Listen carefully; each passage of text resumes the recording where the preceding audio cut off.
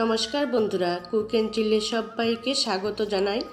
আজ আমি শেয়ার করব ওলকপি সম্পূর্ণ একটি নিরামিষ রেসিপি। খুবই কম তেল মশলা দিয়ে তৈরি এই রেসিপিটা খেতে কিন্তু দুর্দান্ত হয় বন্ধুরা। আর যারা নিরামিষ খেতে পছন্দ করেন তাদের রেসিপিটা খুবই ভালো লাগবে। তার জন্য এখানে আমি একটা বড় সাইজের ওলকপি নিয়েছি। তো প্রথমে ওলকপিটা দুভাগ করে ওলকপির খোসাটা ছাড়িয়ে নিয়েছি। এবার ওলকপিটাকে ডুমু ডুমু করে কেটে নিচ্ছি। এবার নিয়েছি একটা মাঝারি সাইজের আলু। ওলকপি আলুর পরিমাণ আপনারা নিজেদের ইচ্ছে মতো কম বেশি করে নেবেন। আর এই যে ওলকপি দিয়ে যে রেসিপিটা তৈরি করব খেতে কিন্তু দুর্দান্ত হবে বন্ধুরা। আপনারা একবার অন্তত বানিয়ে দেখবেন, খেতে কিন্তু অসাধারণ লাগবে। তো আলুটাকে লম্বা লম্বা করে কেটে নিয়েছি। আর নিয়েছি একটা টমেটোটাকেও আমি ছোট ছোট টুকরো করে কেটে নিচ্ছি। তো এখানে ওলকপিটা কেটে ভালো করে ধুয়ে নিয়েছি। এদিকে আলু আর টমেটো কাটা হয়ে গেছে। আর সাথে নিয়েছি হাফ কাপ সয়াবিনটা আধ ঘন্টা জলে ভিজিয়ে রেখেছিলাম, তারপর জল থেকে চেপে তুলে নিয়েছি। এবার একটা কড়াই গরম করে এর মধ্যে দিয়ে দিচ্ছি 1 টেবিল চামচ সর্ষের তেল। রান্নাটা কিন্তু আমি সর্ষের তেলেই করব। তো তেল গরম হয়ে গেলে এর মধ্যে আগে সয়াবিনটা একটু ভেজে নেব। একটুখানি হলুদ দিয়ে কিছুক্ষণ নাড়াচাড়া করে হালকা লালচে করে সয়াবিনটা ভেজে নেব। সয়াবিনটা ভেজে নিয়েছি, এবার এটা তুলে রাখছি। তারপর ওই কড়াইয়ে আরও 1 টেবিল চামচ সর্ষের তেল গরম করে নিয়েছি। এবার ফোড়নে দিয়ে দিচ্ছি হাফ চামচ গোটা জিরে, 2টো শুকনো লঙ্কা, একটা তেজপাতা। এবার ফোড়নটা কয়েক সেকেন্ড ভেজে নেব। ফোড়ন থেকে সুন্দর একটা গন্ধ বেরোলে এর মধ্যে দিয়ে দেব 1 চামচ পরিমাণ আদা বাটা। এখন আদার কাঁচা গন্ধটা চলে যাওয়া পর্যন্ত আদাটা একটু ভেজে নেব। এবারে দিয়ে দিচ্ছি কেটে রাখা টমেটো। দিয়ে টমেটোটা একটু ফোড়নের সাথে একটুখানি ভেজে তারপর এর মধ্যে দিয়ে দিচ্ছি 1 চামচ পরিমাণ কসুরি মেথি। নিরামিষ রান্নাতে কসুরি মেথির ফ্লেভারটা কিন্তু দারুণ লাগে। তো কসুরি মেথি দিয়ে এবার টমেটোর সাথে এটা ভালো করে একটু ভাজা ভাজা করে নেব। এরপর এর মধ্যে দিয়ে দেব কেটে রাখা আলু। যারা আলুটা খুব বেশি একটা পছন্দ করেন না তারা কিন্তু আলুটা স্কিপ করতে পারেন।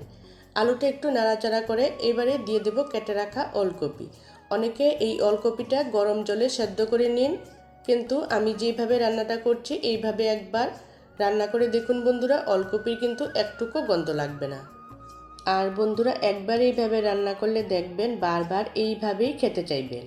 ওলকপিটা একটু নাড়াচাড়া করে দিয়ে দিচ্ছি হাফ চামচ হলুদের গুঁড়ো, লঙ্কার গুঁড়ো, জিরে গুঁড়ো, ধনে গুঁড়ো আর দিয়ে দিচ্ছি স্বাদ অনুযায়ী লবণ। এবারে এই ওলকপিটা মশলার সাথে খুব ভালো করে কষিয়ে নেব। এইভাবে ওলকপিটা ভালো করে কষিয়ে নিলে কিন্তু তরকারিতে ওলকপির একটুকু গন্ধ থাকবে না। এবার একটা ঢাকনা দিয়ে দিচ্ছি 1 থেকে 1.5 মিনিটের জন্য। তো মিনিট 1.5 পর ঢাকনাটা সরিয়ে আবারও ওলকপিটা একটু কষিয়ে নিচ্ছি। গ্যাসের ফ্লেমটা মিডিয়ামে রেখে খুব ভালো করে এটা কষিয়ে নিয়েছি। এবার দিয়ে দেব পরিমাণ মতো জল।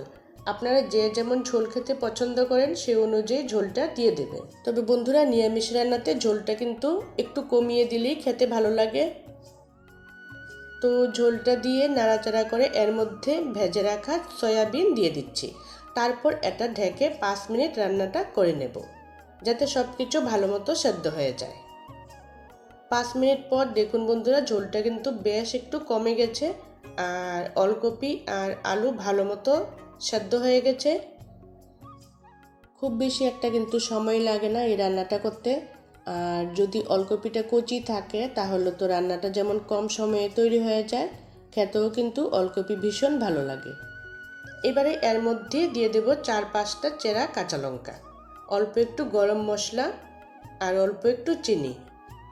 যেহেতু নিরামিষ রান্না একটুখানি মিষ্টি মিষ্টি ভাব থাকলে কিন্তু খেতে বেশ ভালো লাগে। আরও 1 মিনিট রান্নাটা করে নেব। আর নামানোর আগে দিয়ে দিচ্ছি একটুখানি ধনেপাতা কুচি। এবার রান্নাটা আমার একদম কমপ্লিট। এটা নামিয়ে আপনাদের সার্ভ করে দেখাচ্ছি।